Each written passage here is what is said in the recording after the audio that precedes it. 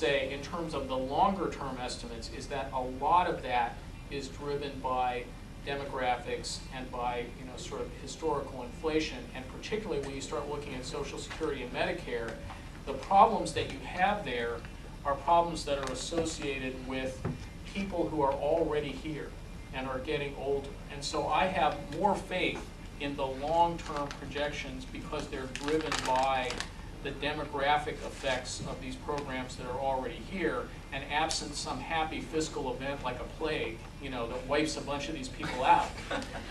These people are going to be here, and given the current structure of the program, they are going to draw a lot of money out. So I would draw a distinction between the difference between, say, the 5-year projections and the 10-year projections, where if I had my druthers, the 10-year projections would just go away, and whether it's a good idea to do even longer-term projections, where I think that the longer-term projections are a little bit safer in terms of the assumptions that they're making.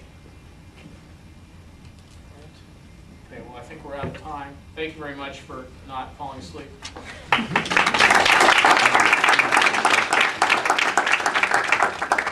Good luck. And take a budgeting class. Thank you, sir. We're going to take a break for just a couple of minutes if you want to get up and stretch while we bring up the next panel and change technology, and then we'll get started in 5 minutes. You about the job that they do, the role that they play in the budget office, and what a typical day or week looks like for them. So I'm going to go ahead. I think Berlin is running a little bit late. Hopefully she will jump in when she gets here. But I'll go ahead and introduce Tyler Krusik here at CBO, is an analyst, CBO is a federal analyst in the Budget Analysis Division, and Greg Waring, who works at the House Budget Committee. So I'll start. It kind of builds up into what you do. My name is Tyler. I work at CBO here, and I work in our Budget Analysis Division. And so I'll provide a really brief overview of CBO, how we're organized, what we're supposed to do, and then I'll talk about what budget analysts specifically do. Can everybody hear me all right? Mm-hmm. All right. And if you have questions, you can jump in anytime. Okay, so CBO's main responsibility should not come as a surprise. We're here to help the Congress formulate its budget plan. Once we assist them in formulating that budgetary plan, we provide cost estimates throughout a session to help them stay within that plan should they choose to. We also assess legislation for the presence of federal mandates on intergovernmental organizations and private sector entities. And we provide studies to the Congress to help them better consider budgetary and economic issues. And so CBO is organized according to our responsibilities. There are 3 divisions that mainly deal with the budget, and that is the Budget Analysis Division, that's where I'm at.